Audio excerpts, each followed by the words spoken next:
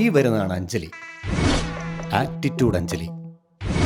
വീട്ടിൽ chicken biryani വാങ്ങിച്ചേരാത്തതിന് feminist ആയ party. ഇത് ഇവളുടെ കഥയാണ്, based on A true story. സ്ത്രീകൾക്ക് പുരുഷന്മാരുടെ സഹായം ആവശ്യമില്ല. ഇതൊക്കെ ചെയ്യാൻ ഞങ്ങൾ പണ്ടേ പ്രാപ്തരായി കഴിഞ്ഞു. അമ്മച്ചി, ആ കവറങ്ങ് എടുത്തോ.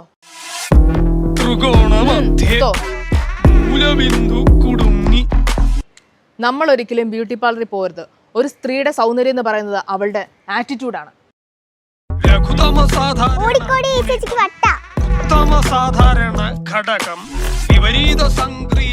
എടി മോളെ, നല്ല ചെറുക്കനാടി, നീ അവന്റെ ഫോട്ടോ എങ്കിലും ഒന്ന് കണ്ടു നോക്കടി. സ്ത്രീയെ വെറും ഉപഭോഗ വസ്തുവായി കാണുന്ന ഈ സമൂഹത്തിൽ അമ്മ വരെ. അയ്യോ, എന്നോ നല്ല സെറ്റപ്പ് ചെറുക്കനാ അമ്മേ. എനിക്ക് ഇവനെ കല്യാണം കഴിക്കണം അമ്മേ. അതിന് അവനും കൂടെ നിന്നെ ഇഷ്ടപ്പെടണ്ടേ? എന്റെ കോലം നോക്ക്. എങ്ങനെയെങ്കിലും ഇവനെ സ്വന്തമാക്കണം, അല്ലെങ്കിൽ വേറെ ആരെല്ലാം അടിച്ചോണ്ടു.